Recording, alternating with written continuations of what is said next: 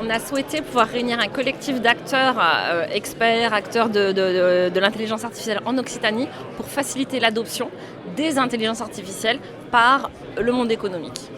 Et donc l'objectif de cette matinée, c'était de pouvoir proposer une meilleure compréhension de ce que sont les différentes IA, puisqu'il y en a plusieurs, dont les IA génératives, mais pas que, pourquoi un tel essor, d'expliquer un petit peu les différents biais qu'il pouvait y avoir autour, ce à quoi il fallait faire attention, de proposer des cas d'usage concrets présentés par des entreprises elles-mêmes, de donner quelques pistes pour des IA de confiance, et puis ensuite de présenter le parcours en 8 étapes qu'on a imaginé pour amener une entreprise de l'acculturation jusqu'à la validation de ces IA, en passant par la formation, le fait de pouvoir phosphorer, creuser ses idées, les challenger, travailler aussi avec le monde de la recherche, la R&D, passer à l'action.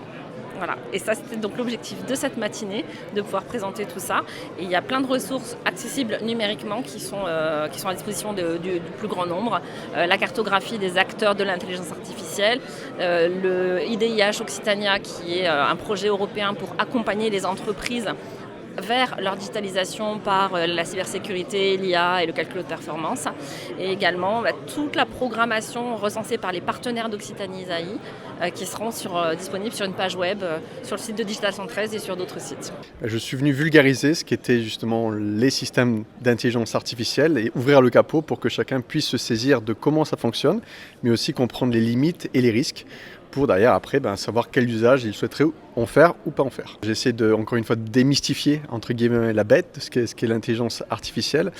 Et ce que j'inviterais aujourd'hui à faire aux personnes qui n'ont pas pu assister, c'est on a présenté plein d'outils justement pour s'acculturer sur le sujet, mais c'est aussi tout simplement de tester, de prendre le sujet à bras le corps. Il y a plein d'outils aujourd'hui gratuits pour justement tester et se rendre compte, encore une fois, des opportunités qui sont énormes, mais aussi des limites et des risques.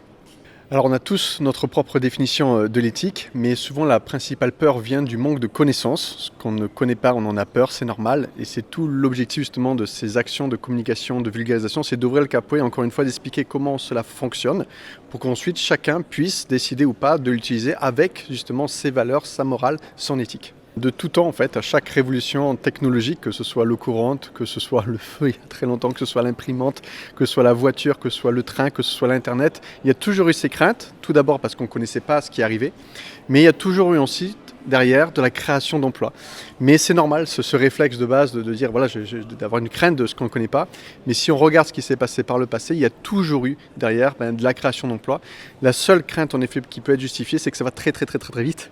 Et donc ça impose derrière vraiment de se former, de prendre le sujet à bras le corps pour pas rater, je dirais, le train. Le nom d'entreprise, c'est l'illégal. Et donc des jeux pour hommes connectés. Et le rôle de l'IA, ça va être d'accompagner les hommes, de donner des arguments et pour lutter contre la résistance au changement et aider les hommes à se décider à mettre des jeux. Là où j'ai le plus appris, c'est sur tout l'aspect réseau, groupement, collectif et la démarche de l'Occitanie autour du sujet de l'IA.